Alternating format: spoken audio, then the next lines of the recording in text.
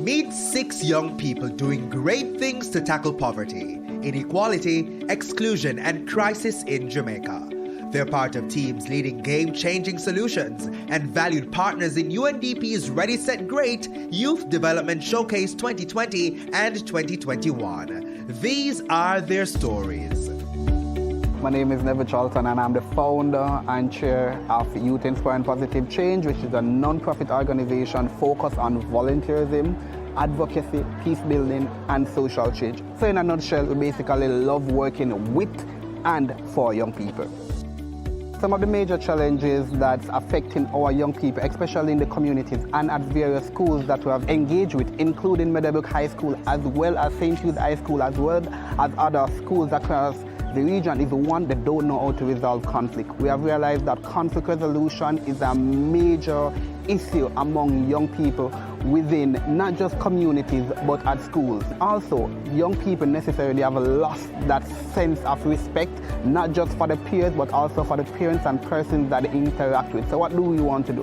We want to change that narrative. We want to empower and engage young people with the necessary skills and tools needed, one, to resolve conflict, how to identify conflict, and how to basically bring back the respect within our communities and within our schools. Because at the end of the day, young people are the future, right? They are the ones that are going to make a positive impact and a positive difference. So if we can empower our young people with the skills and knowledge and how to resolve conflict, then basically we are on the right path, right? And also we have realized that young people need effective mentors. Also, our young people don't have effective role models. What does that mean? Our young people necessarily are engaged with the wrong crowd. They need persons to guide them in the positive light, because at the end of the day, if you can have someone that can empower and guide, sometimes what our young people really need is like a little nudge. Because sometimes they kind of go in this way and then they have that peer pressure from the peer and the communities, especially if they are from a community that's a crime hotspot, even in other communities where there are those positive influences.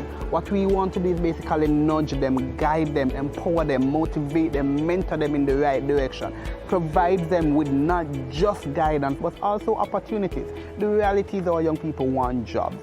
And one of the reasons that you can see that they don't know to resolve conflict, or even that they engage in illicit activities, is because at the end of the day they are looking for opportunities, and we cannot escape the realities of our young people.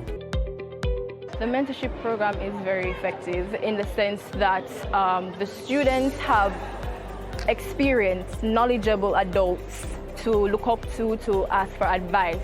I've benefited from this program because it has helped to build my self-esteem, and it has also taught me to help better resolve conflicts. I personally have struggled with low self-esteem, and upon going through this program, it has helped me to speak freely and help guide students on how to resolve conflicts. So our organization is addressing the issues affecting our young people through our Youth for Peace initiative, our Youth for Peace campaign, which is basically, as the name suggests, Youth for Peace. So we are equipping young people with the necessary skills and tools on how to address conflict, as well to identify some of the social issues that are affecting them in the community. Let's look at Meadowbrook. One of the stuff that we did was we actually had a Youth for Peace club here before COVID came, empowering the students with how to resolve conflict, as well as where they can be positive agents of change within the school space.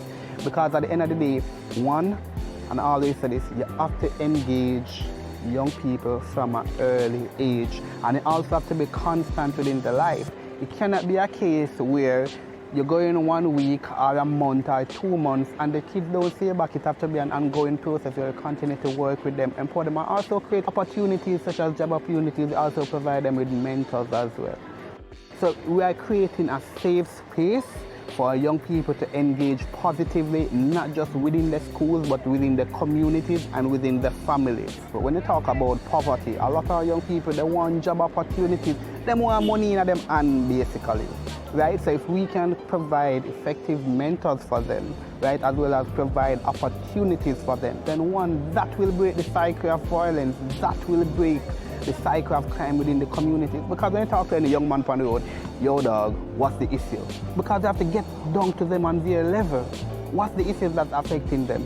They want job, they want money, right? So if we can engage, empower them and provide opportunities for them, as well as be effective mentors, then we're on the right path.